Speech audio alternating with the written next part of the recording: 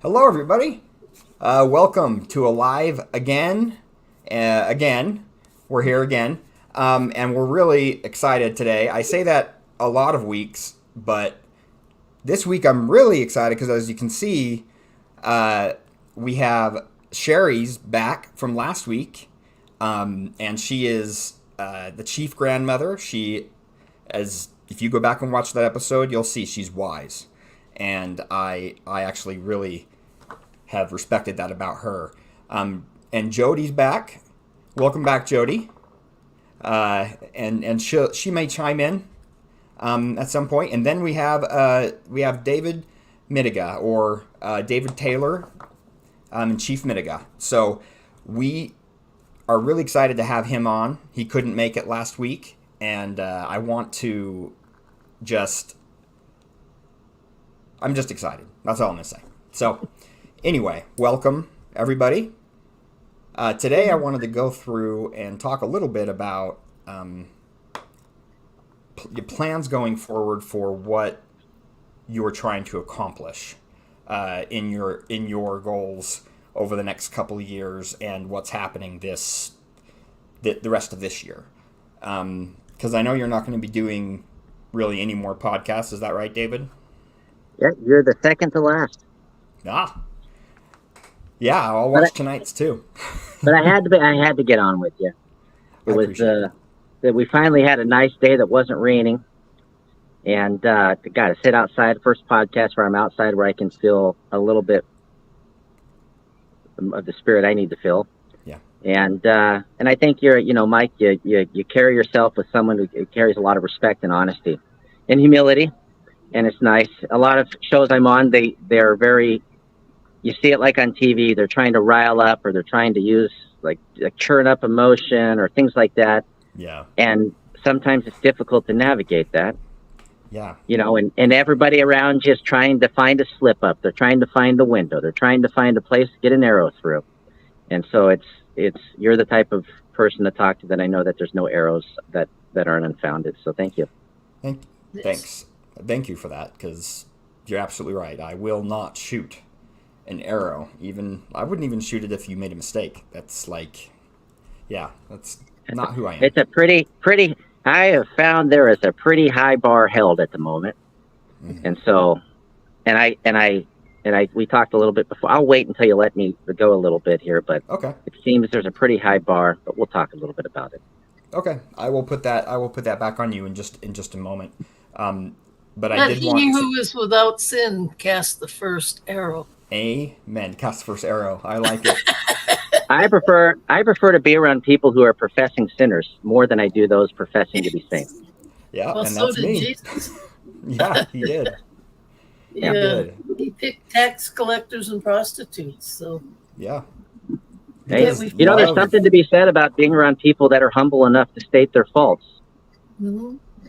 And this is the thing. If people are waiting for a perfect person, you're never going to find one, not even in a white shirt, in a tie, or carrying authority. There was a young man named David, as Rabbi Yossi Shulman had reminded me this last week, that even that young man, David, he had to show respect to the office that Saul carried, even though he didn't agree with Saul. And you can disagree with men, but respect what the Lord has been given. The fourth law of Noah declares that what has been given, ordained, or obtained is not another's to take away. This is your protection of property and your identity.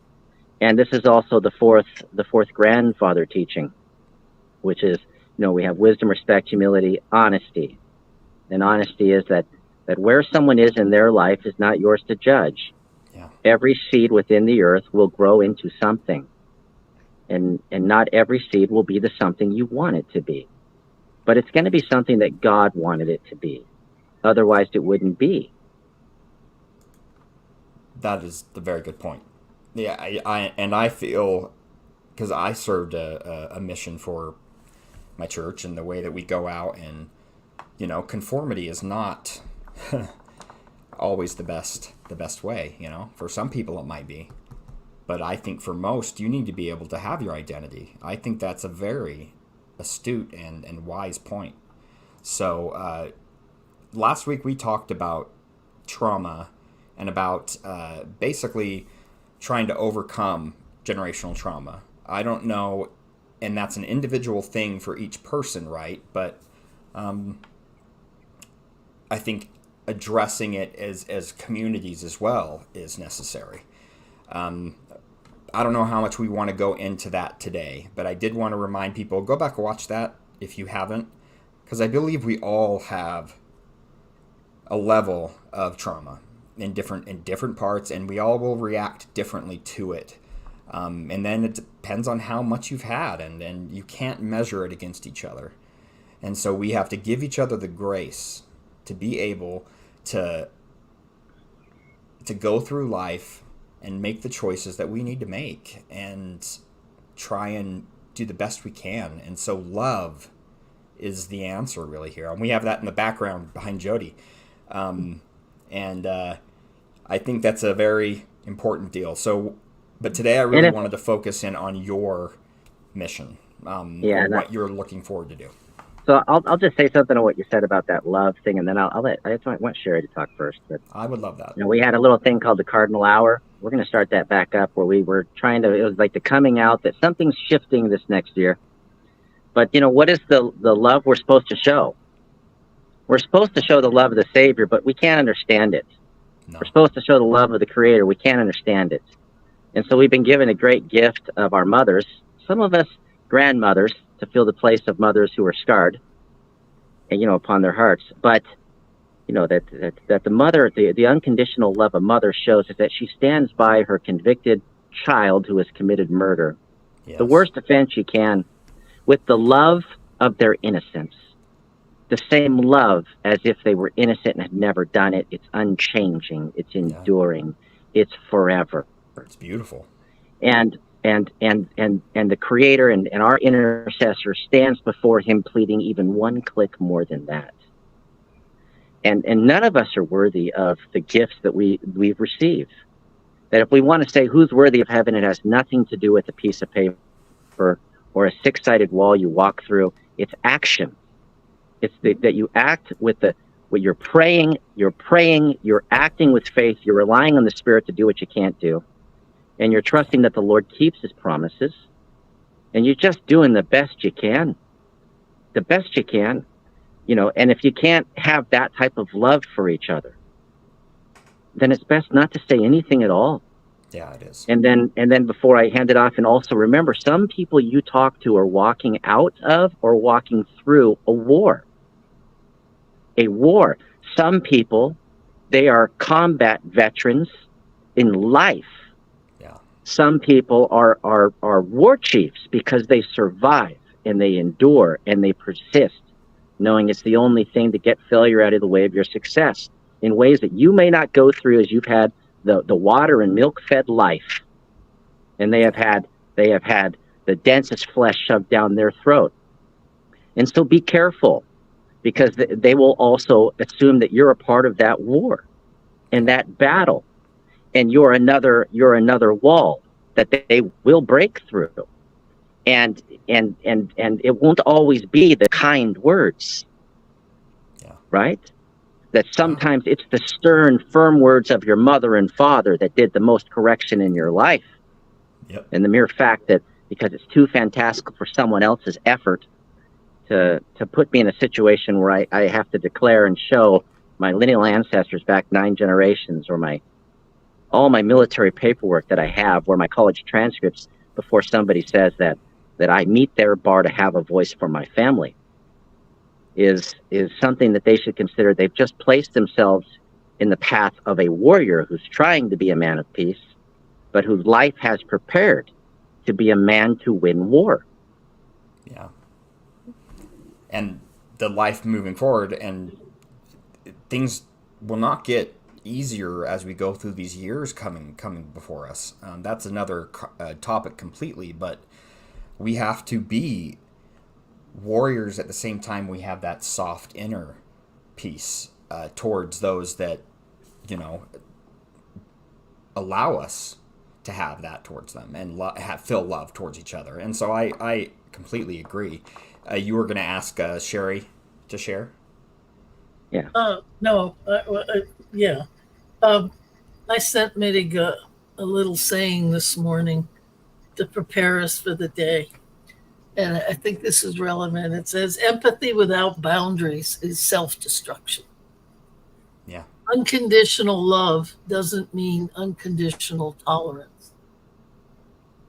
You got to train your boundaries to be stronger than your soft heart and your mind to be stronger than your feelings. So it's talking about strengthening all of us, body, mind, spirit. It said, otherwise you'll be drained. So be kind and take no shit. Be kind and take no shit. I love that, Sherry. Hey, and sometimes silence is consent. Mm-hmm. And so when there are people who are very aware of what's going on, and so aware that they make meetings, cancel meetings, they don't know what to do, but when they're silent in attacks that are occurring against the people who are speaking for the first generation, and trying to declare that that the one thing that could never be taken away they still have, and they'd like to share it. You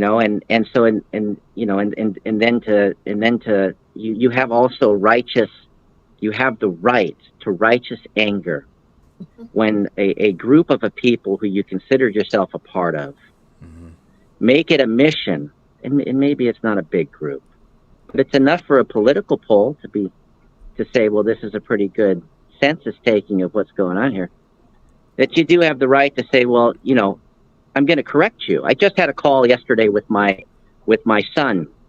My oldest son had he's in his final exams over here in Germany for grade 3. They have real school here. It's not daycare like they do in the United States.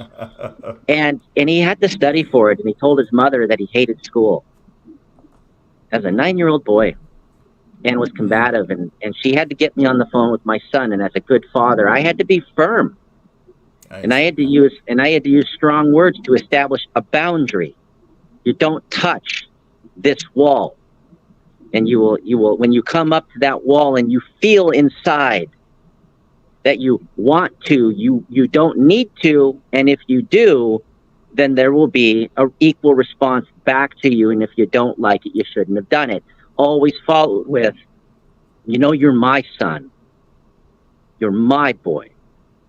I love you, and you're a reflection of me, and how I am is a reflection of you, and having to end it with love and compassion and kindness.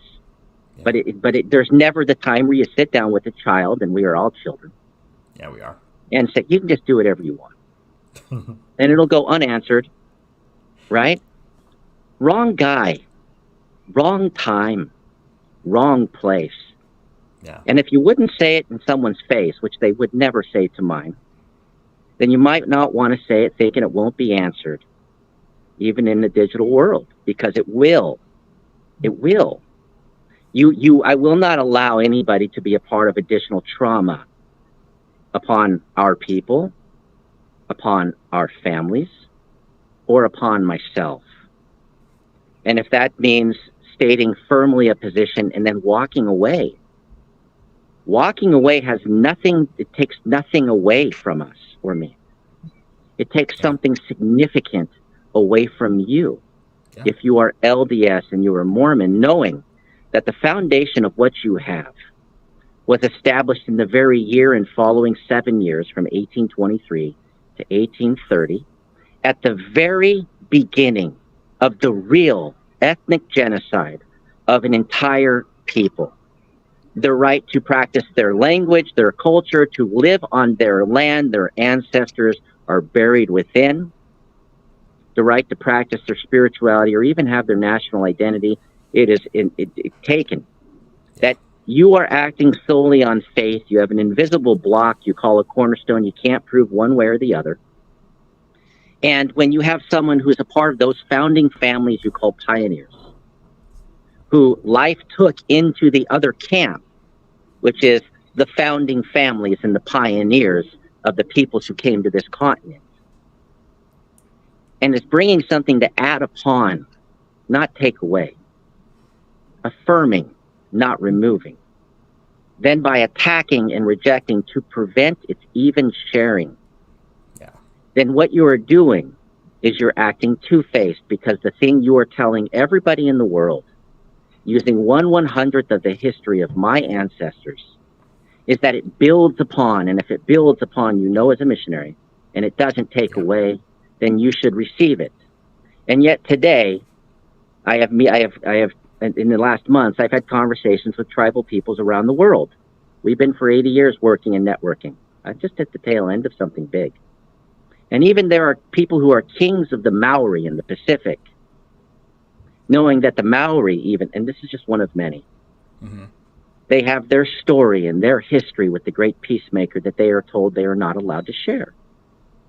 People who have been branch presidents and stake presidents that are told that their history is not allowed to be written. It's not allowed to be called scripture. They're only supposed to take what's given and remove everything that was special about them, as a beautiful colored flower in the meadow who mattered enough that he walked on the water to talk to them. And we're here to say that time has to end. It does. If something builds upon your faith, stop trying to make the roses and the lilies and the daisies all the same as the dandelion, because sometimes you might be the dandelion. Yeah. I hope that. Yeah. No, that's good. Here, when I first saw you, I felt the Spirit very affirming. So I am. These are things that I feel would be very beneficial for those of us that actually have an open heart and care. And I talked to my brother and sister-in-law last night, and they felt the same way. They were like, "Oh, I hope that he, we can, at least still see or be a part of something," because they loved the message. And I think there's so many of those people within the organization, amongst it, that would feel the same exact way. And, I have my thoughts and feelings about, that side of things, of how it's been treated and how the culture has been treated for many peoples out there trying to assimilate. And I think assimilation is not the right way. That's right. And because that's all we've faced. Yeah, that's all you faced. And when we bring forth what has not been assimilated, and we got told, because I have been told I can't wear my ribbon shirt and I can't wear my vest, which is sacred to me, because it's distraction, and I have to follow the brethren and put the da-da-da-da-da. And I know how the Africans in 120-degree temperatures feel having to throw on that stuff and remove what was sacred identity to them. I get it. I totally understand frustration, or to be told that I can't, this is something that came today, that I can't claim and be in good standing. I can't claim that our priesthood we have is a priesthood.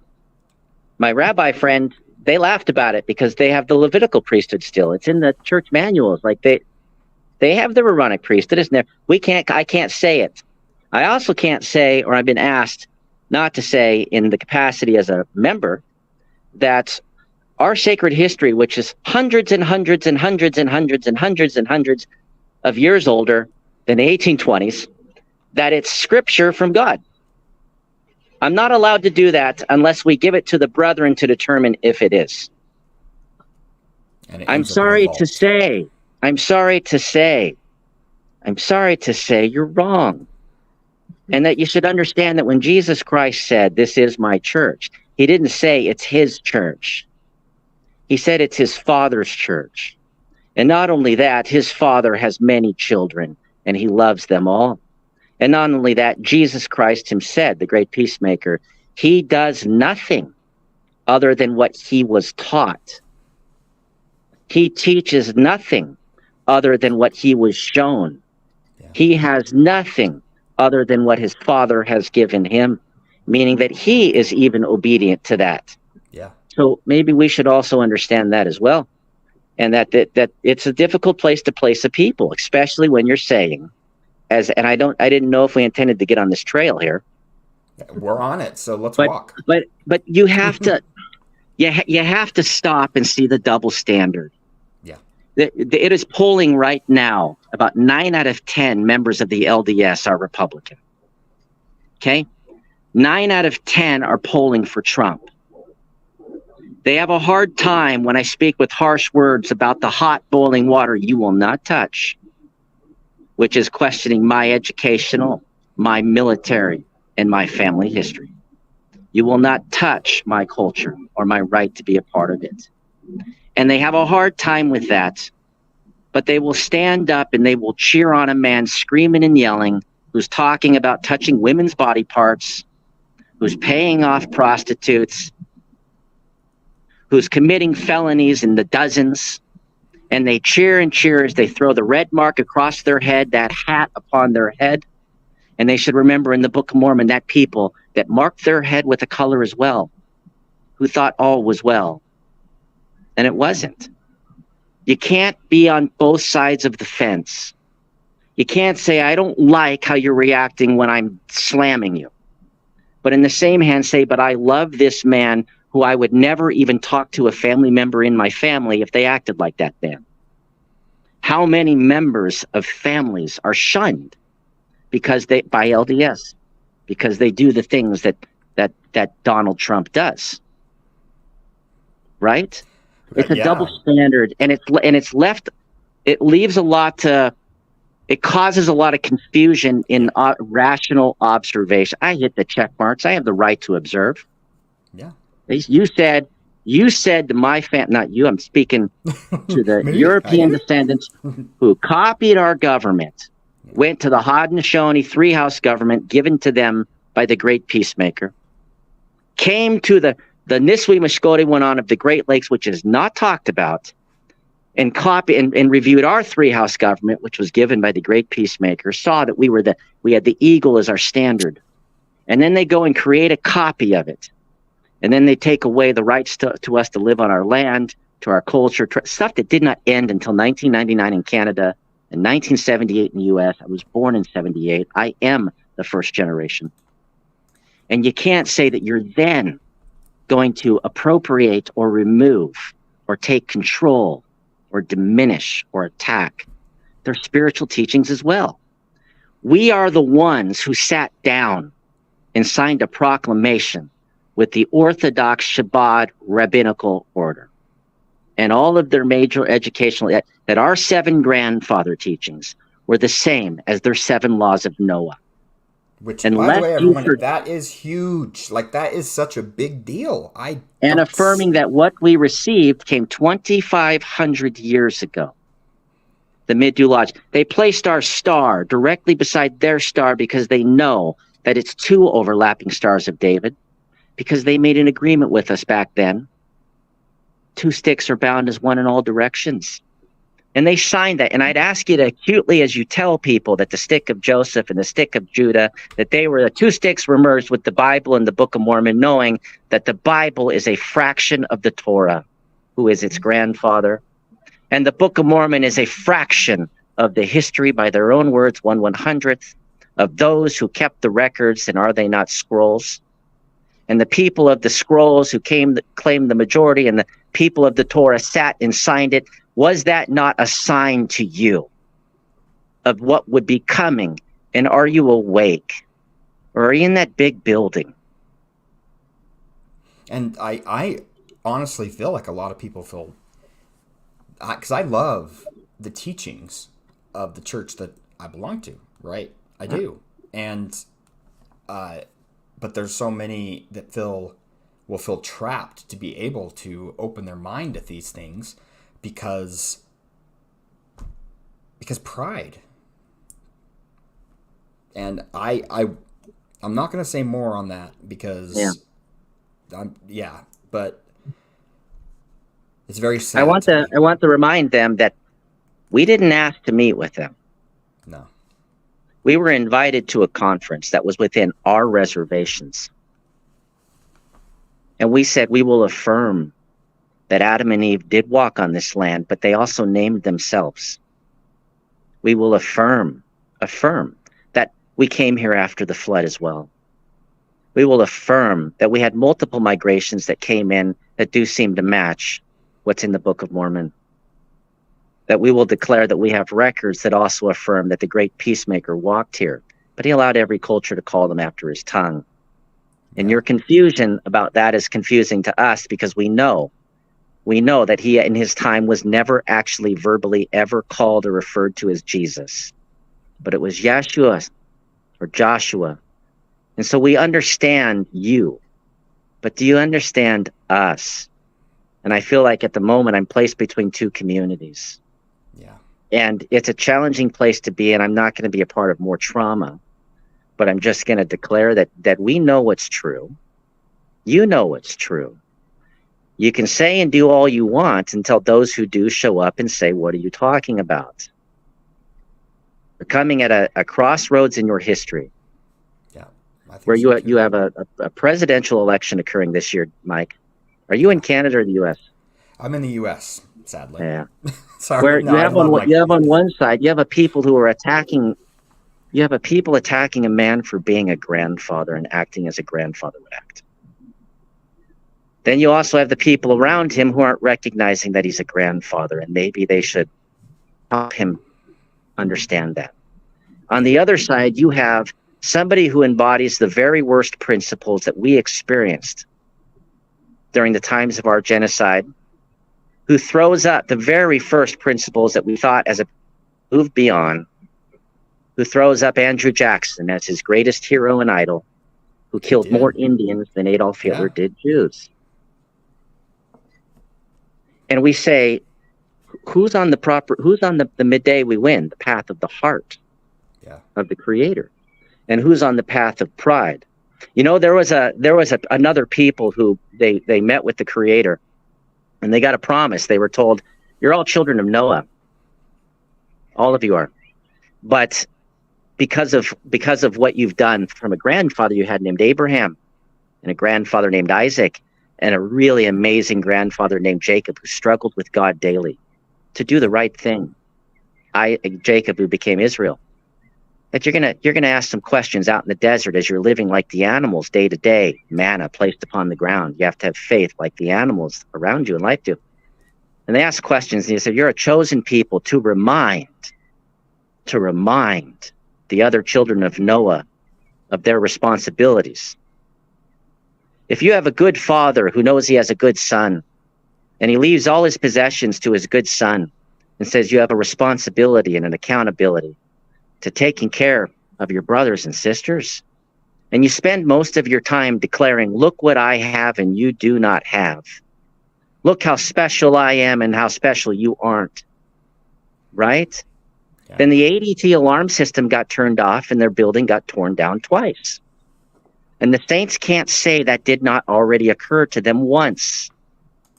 My ancestors were in Nauvoo when that temple that was built, where they were told if they followed the Creator as they were instructed, it would always stand. And yet they watched as it burned to the ground. Right? Yeah. It happened once. Has it happened a second time? Would you be above it happening a second time? History has said it could happen 2 times. I mean, it did to them. It did to the And Jew. we are very much a remnant at this moment. Yeah. We are the few remain. They say there's not enough of you to be a political voice. Why is that our fault? we had 90% of our people killed in the 1800s, murdered, with being called the treaties under vitiating elements that if you sit down and talk with us, there's $200 bounties, $25 bounties for the scalp of your children, $100 bounties for the corpse of the Indian in every U.S. state. We were not clean, by the way. In the 1960s and 70s, up to 74, they forcibly sterilized 60% of our women in the Indian hospitals, and they admitted it. And you wonder why there's not a lot of us left. And then you turn and you say, where's your number? I'm sorry it wasn't tattooed on my arm. But whether it was or was not doesn't remove the equity in that scenario, that another people has the right to determine that your right to be in your family based on a number they give. And I recorded and shared the numbers of my father and my grandmother.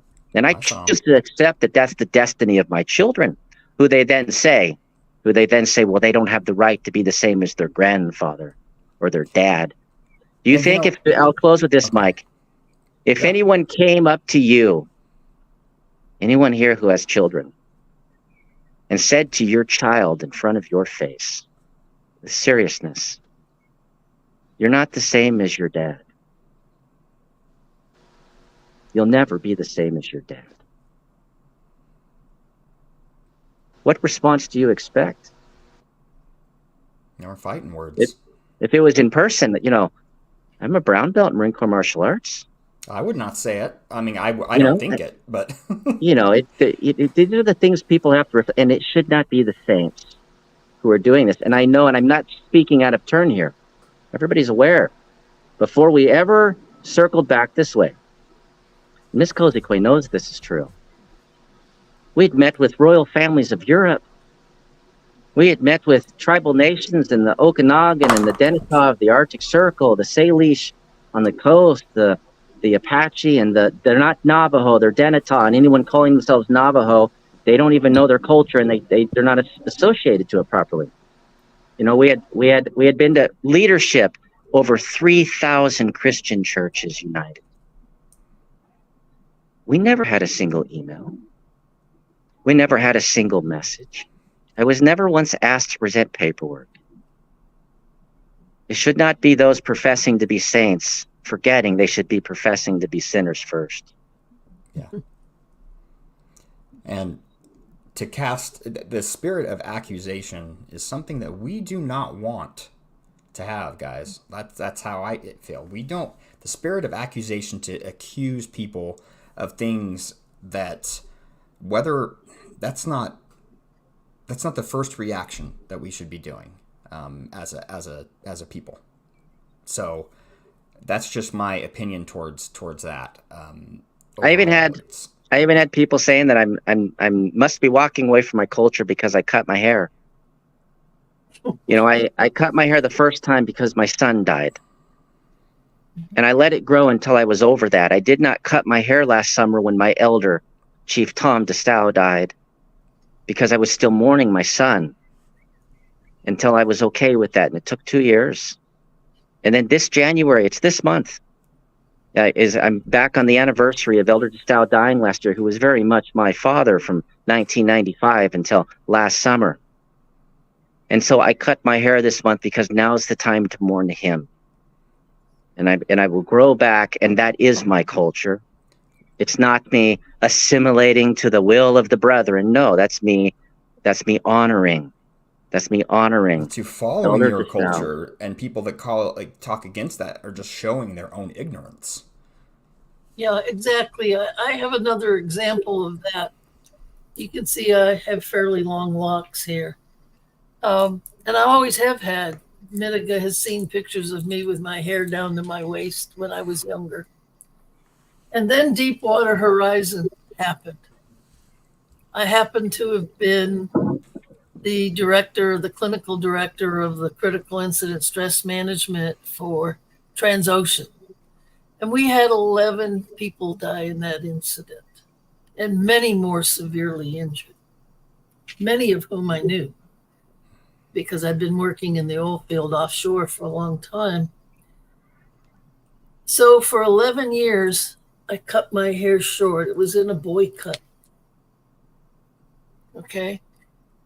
1 year for each one of the Deepwater Horizon people that died. So in the last 2 years, because it's been longer now, I've started growing it back out again.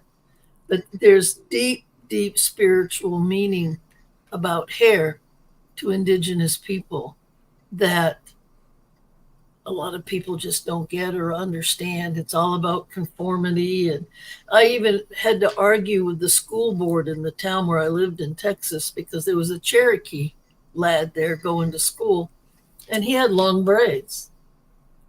And the dress code was very much, short crop. And so they were trying to force him to cut his hair. And I spoke up and said, you can't force him. The Native American Religious Freedom Act, federal law, says that you can no longer force Indigenous people to cut your hair. They didn't believe me. So they took this family to court.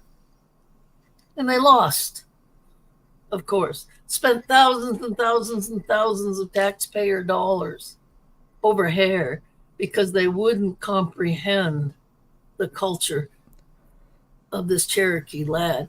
So it's an important thing that says you don't understand us, you don't want to understand us, you don't want to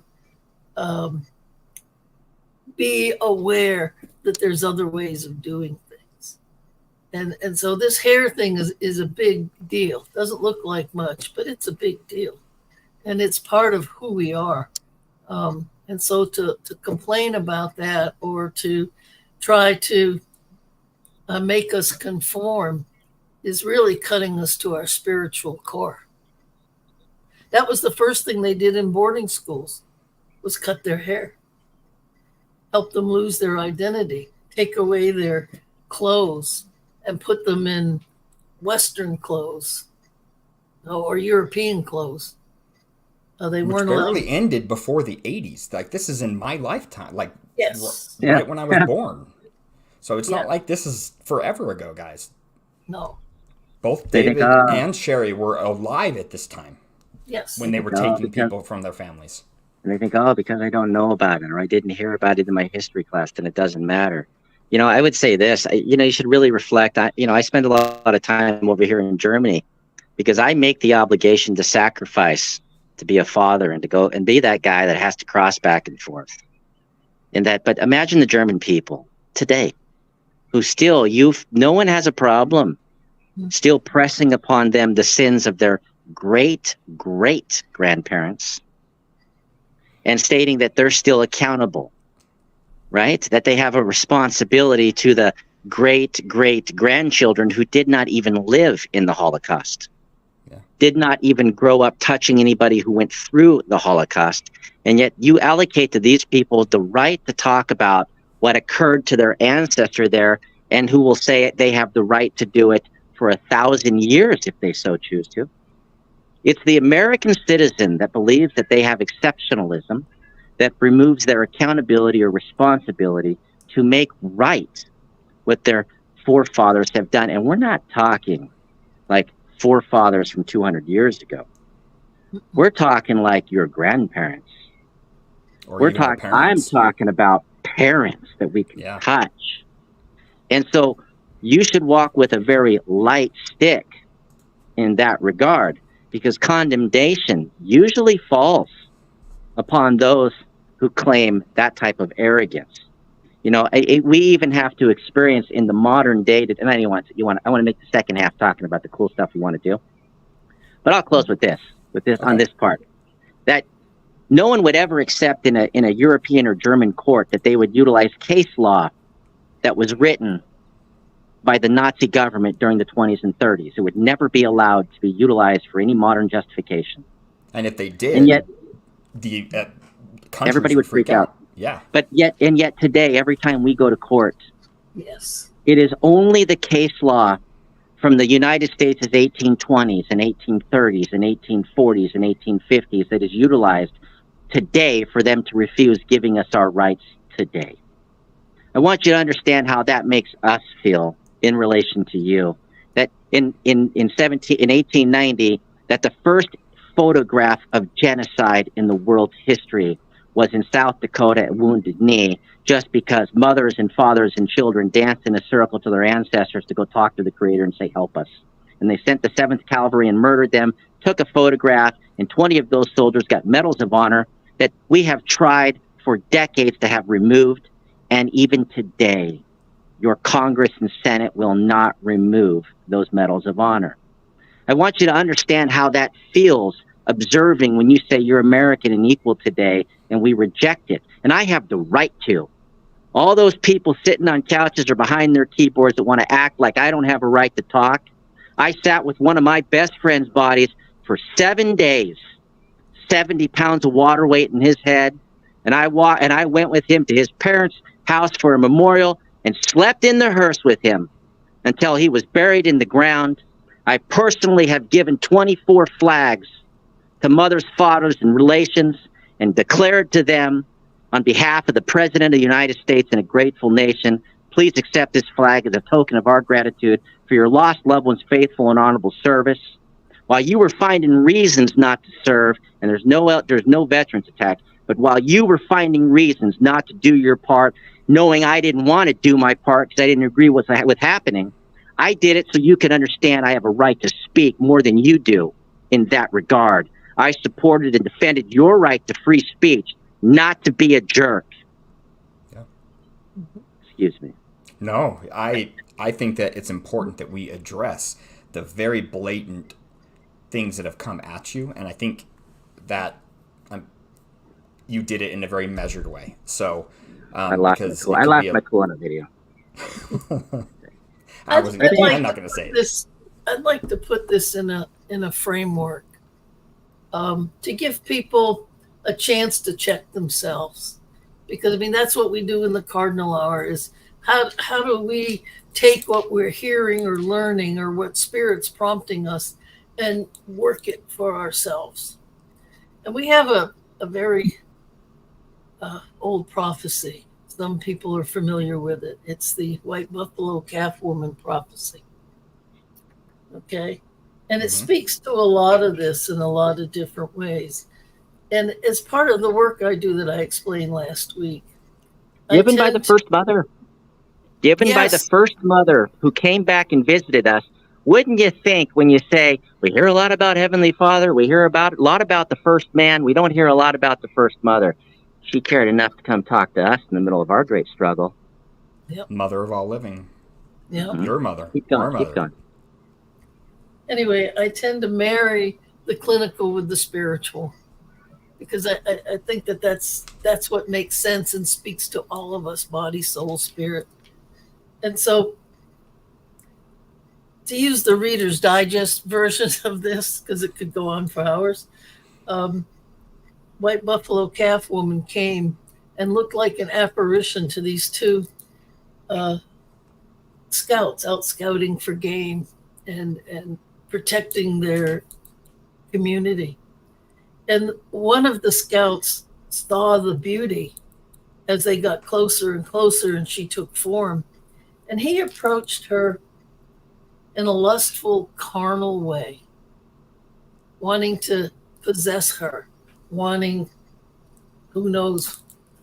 And she enveloped him. And when she let go of him, he was nothing but bones and dust. And I think there's a message in there for us about trauma, number one, because it's trauma that makes us think that way and act that way with lustfulness in every way, in everything. And in our carnal ways, our human body ways, devoid of spirit. And so all that was left of him was bones and dust. And lots of times when we approach things that way, that's what's left over. And when we're attacking somebody, we are being that particular scout operating through our carnal selves. And nothing comes of that but bones and dust. It's futile. As they say in Star Trek, resistance is futile. Resistance is futile. Yeah. Yes. In more ways than one, that's accurate. Yeah. The second scout approached her with reverence and saw in her spirit and invited her back to his community to teach so that they could learn. And she had things to share. She was a pipe carrier. She gave the pipe and all this wisdom for them to live out their days. So the second warrior spread the spirit. He took this encounter and shared it and made everybody better for it. So to wrap it up quickly, we're faced with those same choices today.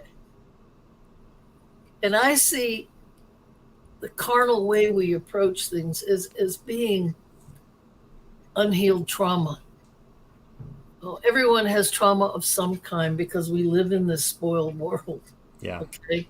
It may not be as spectacular as what David went through or what a soldier goes through. But even in our school system, we traumatize kids all the time. we gaslight them. Now we're talking about hating their bodies and transitioning their bodies and all kinds of abusive things. So everybody has a piece of trauma. And it's that unhealed trauma that we approach things from the carnal way, from the fleshly way, and wanting to possess them.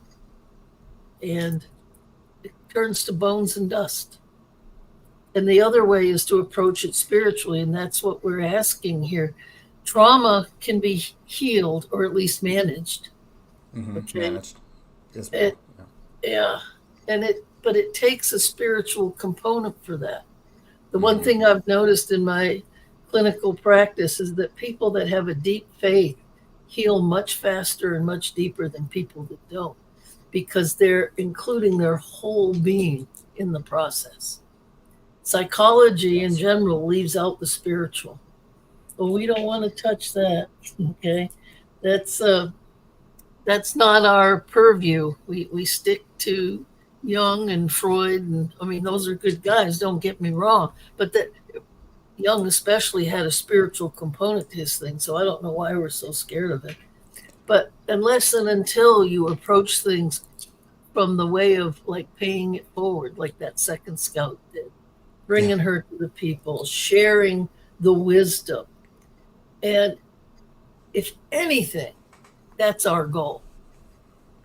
Midegah and I, in the work we do, is to share what we know, to share what we have, to share what we have experienced, and we believe Spirit is guiding us. Especially right now. What? Especially right now. Yes, especially right now. I think, that prophecy happened hundreds of years ago, but I think it's more and more relevant with each day that goes by, because you look at the chaos in the world. Yeah. She gave us another part of that prophecy is the return to the feminine. And, I've been preaching that with the feather story, that it's time to heal Mother Earth and to bring forth the matrilineal wisdom once again to the world, because it's sorely lacking. Yeah. And those are our overall goals. And we both work towards that, to bring that forward in this day and age. And I feel like I had this, and I don't know. Yeah, I'll talk about it. So when I first heard some of your guys' message and I was watching, in that night, I had a sort of vision, a feeling that turned sight. And I saw myself sitting in a circle with you and with a fire. Now the fire, I don't know what represents what, but what I do know is the feeling I had of unity. And when that came through, it struck me in such a way that it changed me. So you've had an effect so I'm grateful that you've done the videos. I know sometimes you probably think, what have I done? Why did I even do this? What's the point? Yeah. But I thank you for doing them because of the effect it had on me. And I'm just one guy. My brother felt very, very similar. But thank you for putting up with the hell that you have this past month. You shouldn't have to put up with it. Don't get me wrong. I think it sickens me, honestly. But something good has come of it. The devil's working in overdrive. And he's going to work through the people that he shouldn't be able to work through. Because what we're telling you is that you are special. Mike, you are sacred as an individual. You are an Anishinaabe. You are a spirit that's tethered, that had a pre-existence.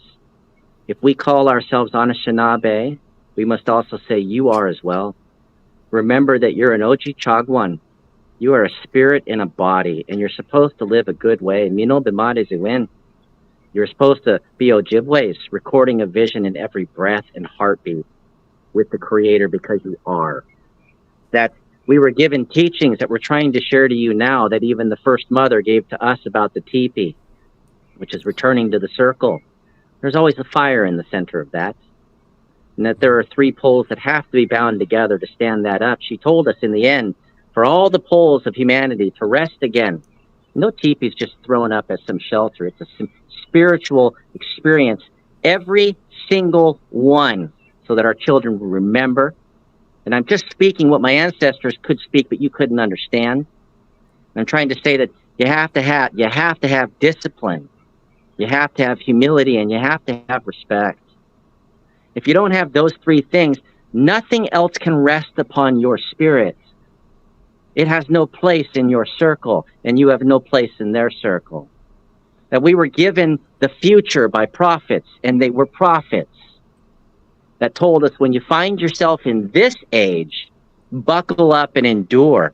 And when you find yourself in this age, speak up and break out.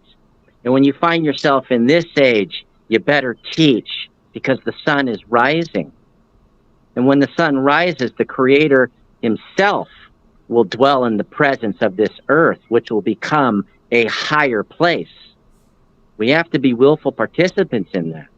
A single drop of water thinks it's worth nothing until it discovers that it's the drop of water bringing the rain, forming the cloud, watering a continent. Joseph Smith, when he received what he did, if we say it's true, must have known it's impossible. And yet he's still being talked about what happened today. The only thing we're doing is saying there are two paths. There's the path you keep going on with technology, which is not bad. Because if it takes what took this period of time and you could do it in this period of time, give time back to your family and your community and yourself.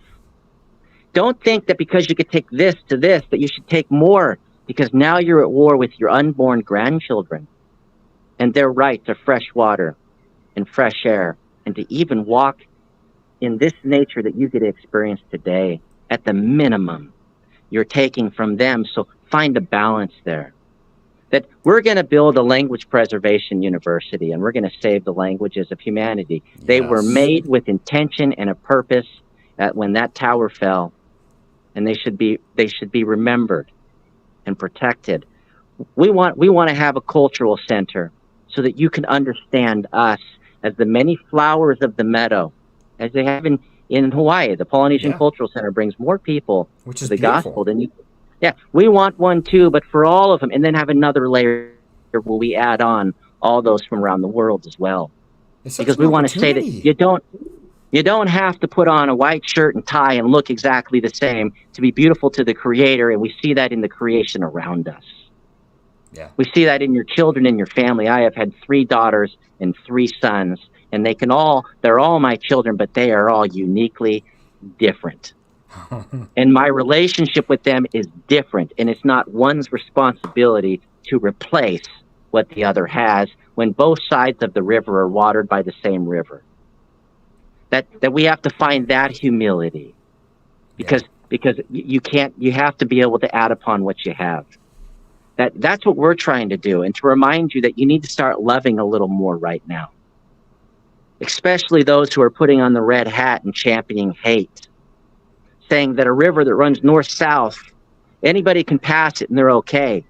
A run that runs east-west, you're not a human and you're a human, knowing those people down there are fleeing chaos your government caused, and not a single one of them has an ancestor that was born anywhere else than this land, and that the Denata, or you call Navajo, are also at the Arctic Circle. They have always gone north-south in periods of war, and when we had our great war, we fled north for refuge. Who are you to refuse them the right of refuge when the Creator has placed in their heart to seek it? To separate mothers and children, fathers and families, and to say that a black and white piece of paper, letter of the law, says that it's okay, knowing full well that in your Book of Mormon it declares it was those acting under the letter of the law. He said you have to remove your heart, give your heart to free your spirit, as they laid people on altars and tore their hearts from their chest and said, I freed your spirit, brother. We have to remember, we have to think, speak, and act with wisdom, respect, humility, honesty, truth, courage, and love, and find that center first. We can all agree that there's wisdom in knowing there's one creator. We can all agree that that means that everything comes from that creator and is sustained from moment to moment, even your very life. And even that person struggling in the dark pressures of the earth, who are you to chastise that seed because its soft outer shell has gone away and you see the no beauty in it, and now it's beginning its journey? It's when you should give your water to it the most.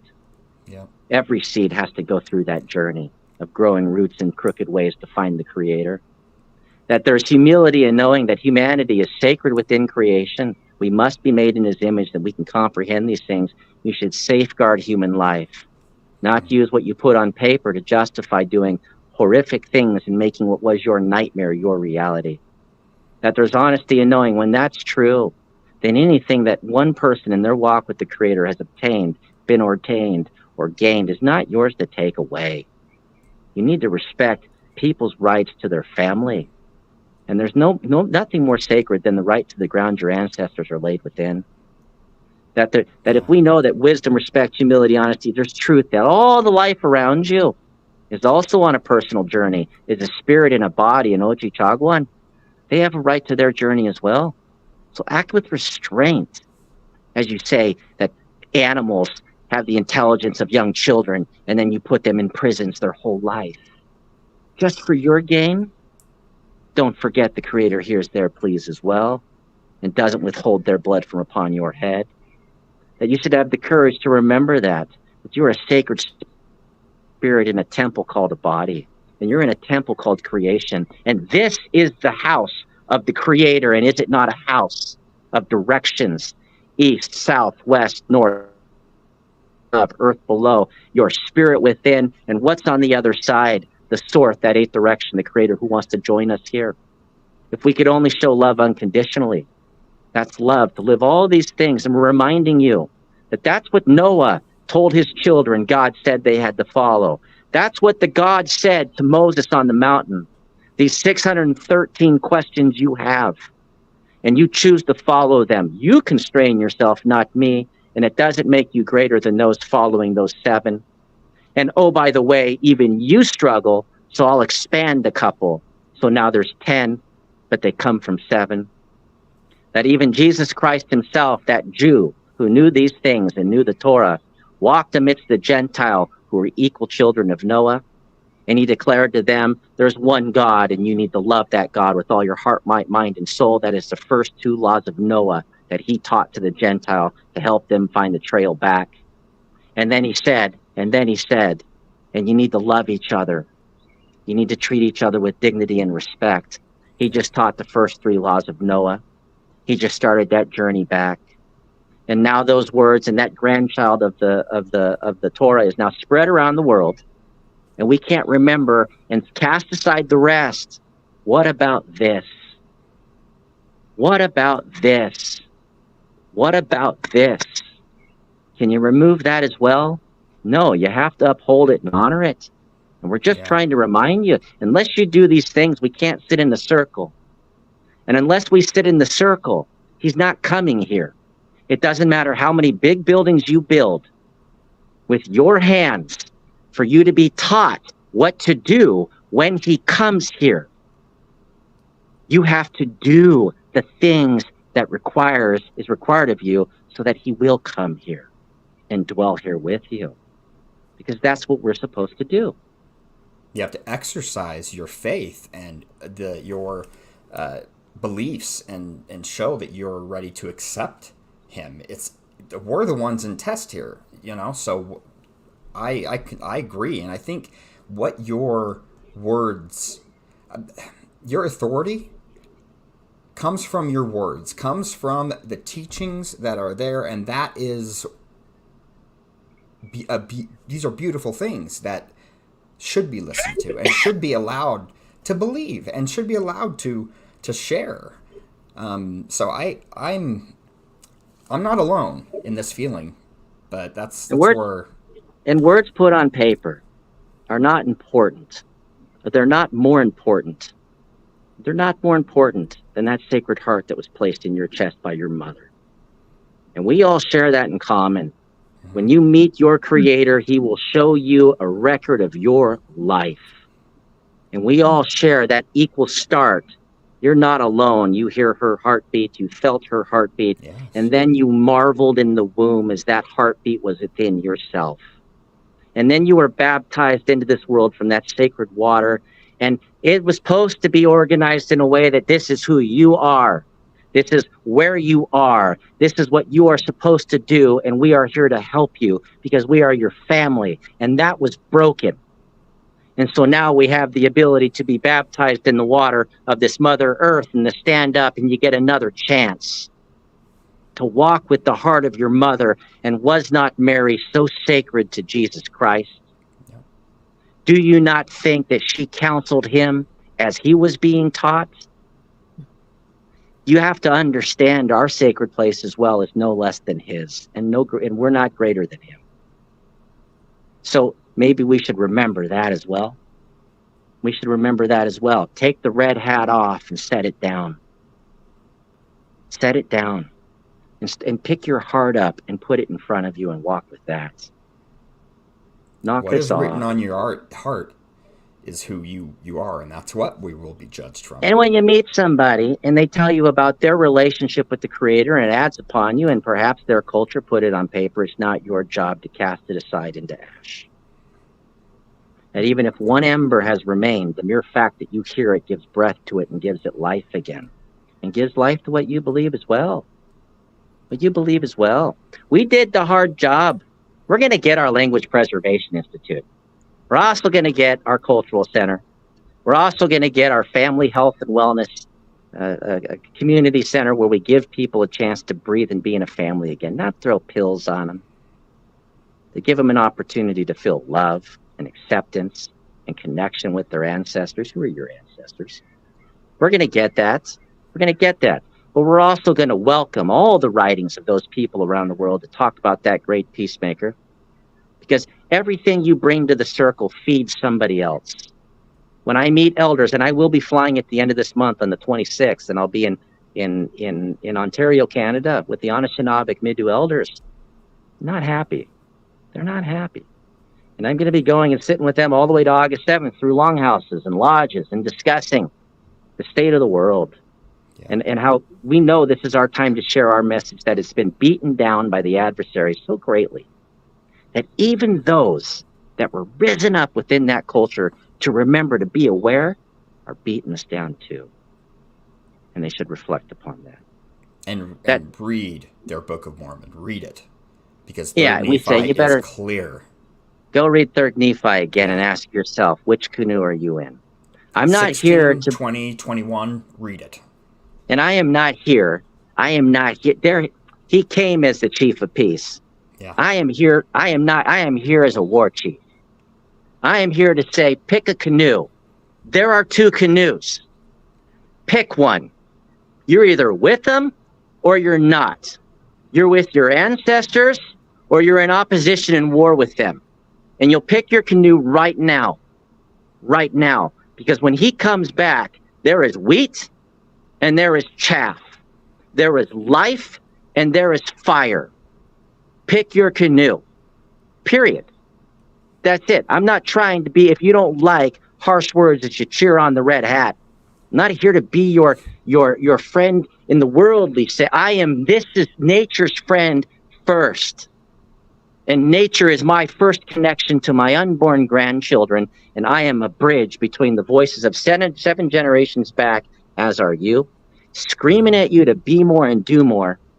And they're holding the hand. You know LDS pre-existence. Your unborn children are with them 7 generations from now, screaming as well, don't forget about us. Love us too. And you have an obligation. And so if you don't like that, then you've picked your canoe. And you can't say, I've got my paper that'll burn away in the fire. It's a reflection of your heart, what you do, not where you can walk. Oh. That is beautifully said, because it's not going to be as we go. I mean, you came with peace. that's how you feel. That's what you want in your heart, right? That's what I feel from all of you. And but that doesn't mean that that's how it's always going to be. As we go down what's happening over these next years and in these coming years, it's not going to be. We do have to pick a side. There's not like, and part of that is we have to be on the side of, yeah, I think you're right, our descendants, those that are coming after us, and thinking in that aspect. You said you said a very important word. You said peace. We come in peace. And peace in the New Testament, in the Greek, didn't mean the absence of war. Okay? It didn't mean the absence of conflict. What it meant was to be at one with. Yeah. Okay? To be at one with, to be connected, to be united. Okay? So when we say peace be with you, or we come in peace, it's to be that one. We need to be one. And that's part of what has to happen in order for the great peacemaker to show up again. That we have to start joining ourselves together and to quit warring with each other, to be one. And I can't stress that enough, that one's the highest number. That was given to me many years ago. And it's important to remember that in everything that we do, it has to lead to that kind of unity. If it's not leading to unity, then it's off base. If you're not one, you are not mine. Now let's remember this too. Yeshua ben Joseph, who was a Jew, who was raised by a Jewish mother, walked into a temple that had been now turned into a marketplace. Why a marketplace? Because the rabbis wanted their cut of Babylon, of Rome, and they focused more on that business than on the spiritual side of assisting the women and children, right? The widow, beggar, and orphan, the professing sinner. And he flipped those tables. Wouldn't people who have observed said, didn't they say, oh, here's a man of contention. Bring in contention into the house. And you should remember, there should be no pride in professing that because you have $1 trillion corporation and hundreds of billions in cash sitting, as women and children are struggling in the midst of a really tough period of time, that should be a badge of honor because you are doing great in the marketplace. That should be flipped upside down. What is your responsibility? Not to build empty buildings and stack bricks, but to stack the hearts of one family back together again.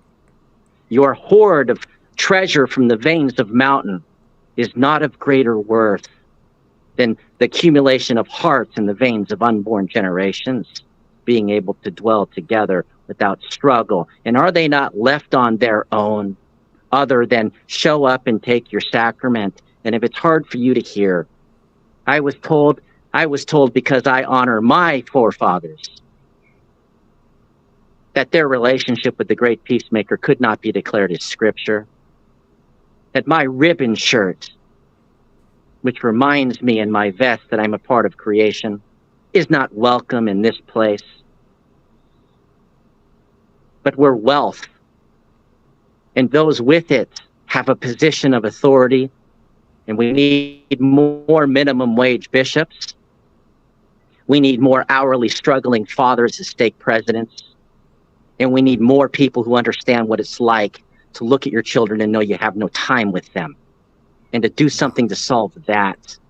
That should be your focus and mission, not trying to shut down an entire people, trying to affirm what it is you believe so you can live with fact and not faith.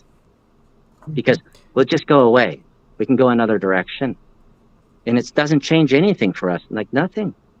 Like not a thing. It does change something for us. It really does. And then you say, go read 3rd Nephi again. Yeah. Go read 3rd Nephi. Was the Levitical priesthood taken away? No, because they have a part to play too. Yes, they do. Was our priesthood taken away? And I had a rabbi tell me the name of Aaron and his 5 generations after him, with the explicit request that somebody please say if those people showed up in Kirtland. Secondarily, we have 12 names that are listed within the Book of Mormon. 3 of them who apparently endured to the end, that we know formed the 3 fires people of the Great Lakes, the older, younger, and middle brother, who eventually saw that their wish granted was a curse. And when the great Peacemaker lifted that and allowed them to enter the sky world, where our ancestors, their children and wives and spouses were, that was a gift to them to remove their sorrow. Did they show up as well and give back? So we must have a place and a part to play as well. We must have a place too. And it doesn't take anything from you away.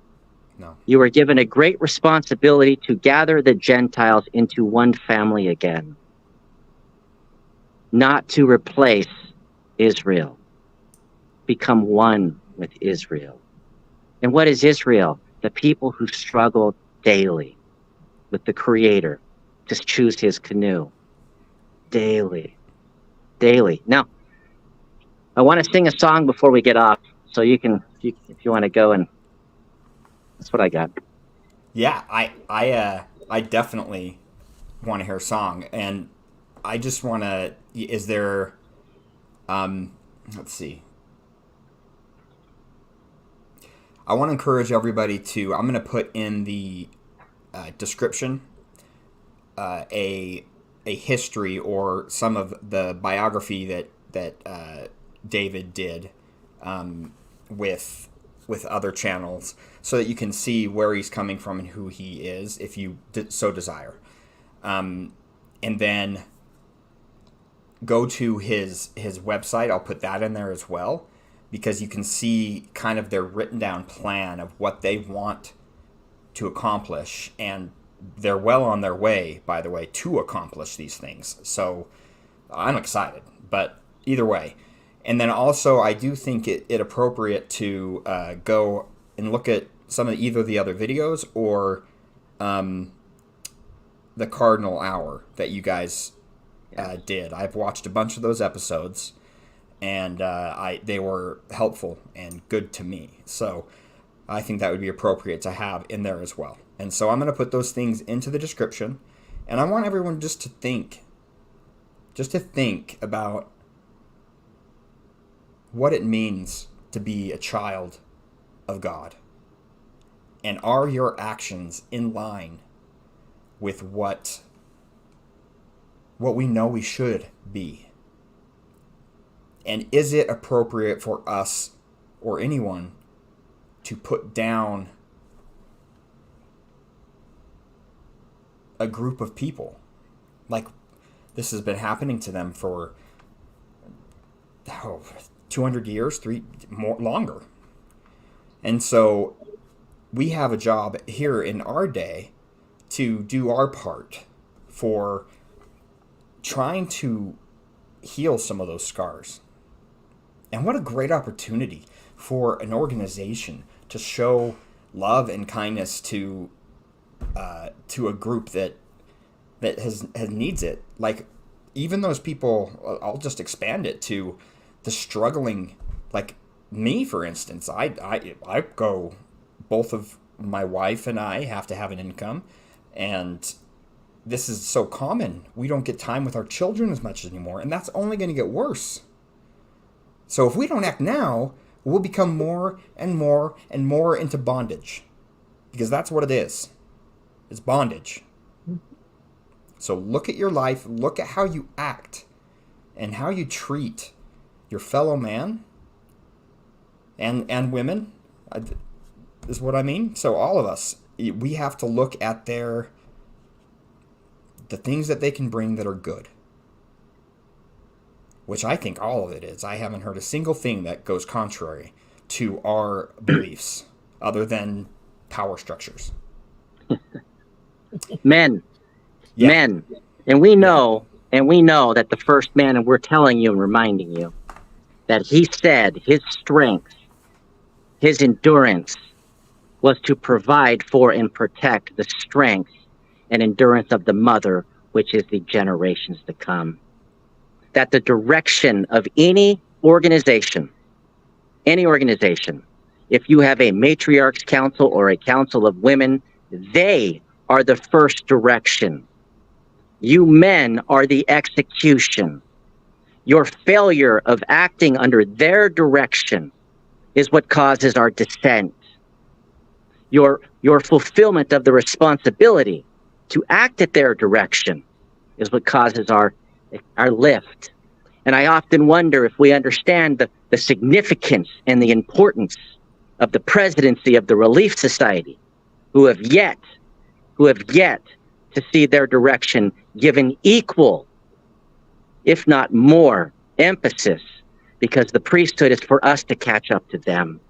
Those that have the finger of the Creator within them, where the spirits come together with flesh in that sacred baptism, where we get those sacred initial memories, and that's why we beat the drum, and so that we can remember, and that balance must be restored, and it has to be restored for us to get where we're going, and so that, that's what we're trying to say. That's what we're trying to say is that, why are you at war with the woman you love and the children that are you're a dad, Mike. Yeah. You just said it. You and your wife are working your tail off, and yet you have all this technology that does everything that used to take weeks, and it's done in a day. Yep. Why do you have less? Exactly. And if you stay a part of it, aren't you at war? Aren't you literally a man of war against your grandchildren unborn? Yeah, You're taking more food. I would rather it be so different, and how do we get out of it? It's like so daunting. Restart. So daunting. It's going to be a shaking, Mike. We talk about the third shaking for the last 120 years. There's going to be a shaking. So we're trying to restart in the heart. And we're trying to say that we know full well that it's our people, but that as we came to you for refuge, and not you personally, but the culture, the European culture, for refuge, and you put the gun at our head and took everything from us, you're going to come to us for refuge too, because you're eating yourselves alive.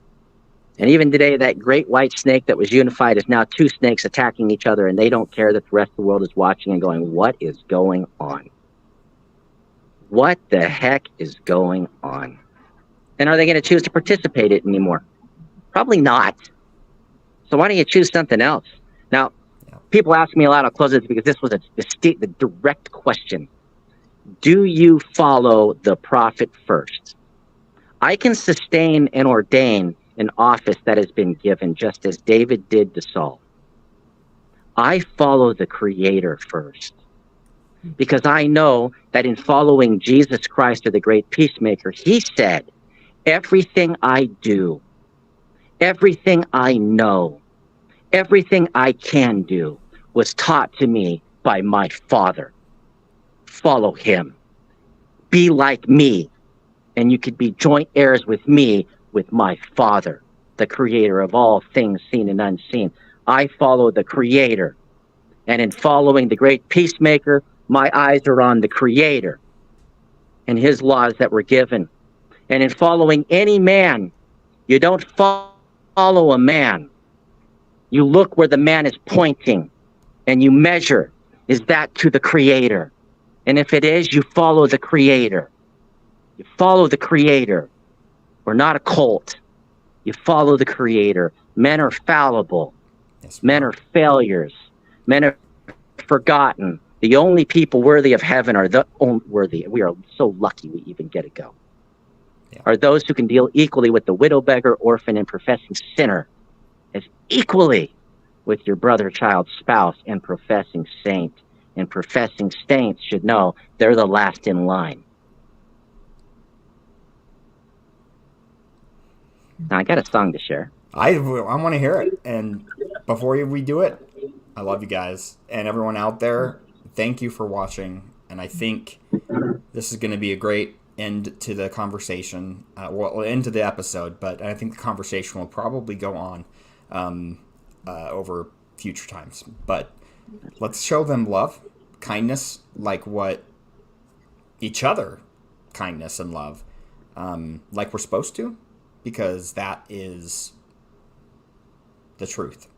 And that's Kindest thing you can do is tell somebody the truth. Yeah. Hey, you meet your kid doing wrong things. You're going to tell them pretty firmly, you better stop doing those wrong things. That doesn't mean you're not kind. That means you love them. You're telling them the truth. Does. So, David, you've been speaking truth. Sherry, you've been speaking truth. And Jody, you've been looking truth. So she's the master behind the curtain. Hey, yeah. We want to publicly thank Jody Taylor. She's been an integral part of keeping everything in order to continue to move forward, and we would not be able to do what we're doing in means of communication and sharing in a kind and peaceful way, or even not so peaceful sometimes. But we couldn't do it without her, and so we have nothing but utmost appreciation and love for her. She's fulfilling, her responsibility, which is setting the direction, and we are responding with that. I'm responding with action, and my every mother knows what I'm saying is true. Mm-hmm. It's every father, or if you're not a father, every male that needs to wake up, put your shoulder to the wheel and push along, and stop trying to run like a lemming over a cliff. Now, the song I'm going to share, because I'm going to be flying over the waters in 2 weeks, and I'm going to be going to Ontario, to Anishinaabe, and I know America's like, well, that's not Native, that's not American. You put the border in 1872. It has nothing to do with us. All the Indians of Michigan and northern Ohio and northern Illinois and northern Indiana and Wisconsin and northern Minnesota and northern North Dakota and northern Montana are one people, the same as those in southern Alberta, southern Saskatchewan, southern Manitoba, and Ontario and Quebec. It's you guys your ancestors who split us for a reason, so that then you could take everything and then chastise us today for complaining that how's it possible you're making trillions off our stuff and we're living in poverty. Get the heck out of here. What's your obligation? So I'm crossing the water to go meet with them about these things. And these are priests who carry a priesthood. Within the Midegah we win, which is the path of the heart. Don't let the sound confuse you. The languages were confounded at the mountain, and it's not your job to replace what someone has been given. And they walk the path of the heart, the path of the Creator that He laid for us to walk. And they do it in a humble way. They didn't pick weapons up. And they're even telling you today, we don't use rivers and streams and mountains as a you're on Anishinaabe too. Equally. Well, what percentage? There's no percentage. You're your parents. What are you talking about? So it's what this says is I'm flying over the waters. I'm looking over creation, and I'm sure I'll think that as I'm in the plane. I'm searching for the spirit man. I'm flying over the waters. I search for the creation. I am in my life going with the Great Spirit because I want to help heal His spirit people. Yes. I'm trying to believe that we are still spirit people. How hard is your shell? Okay.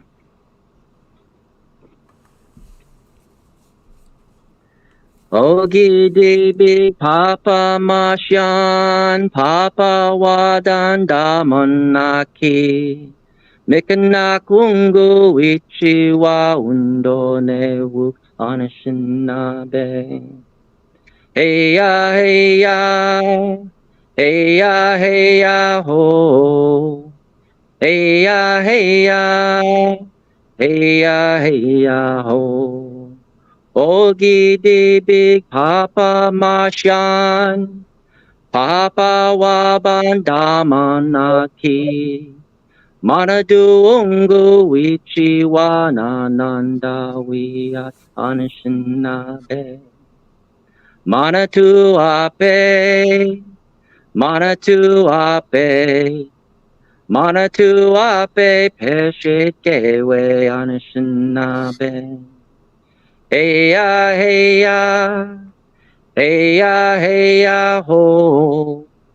Hey ya, hey ya, hey ya, hey ya, ho. Miigwech, thank you from my heart. Maybe we can all sing the same song. I would love that. I am with you. Much love, everybody. Thank you for watching. Thank you, Mike. Yep. Thank you for your loving kindness.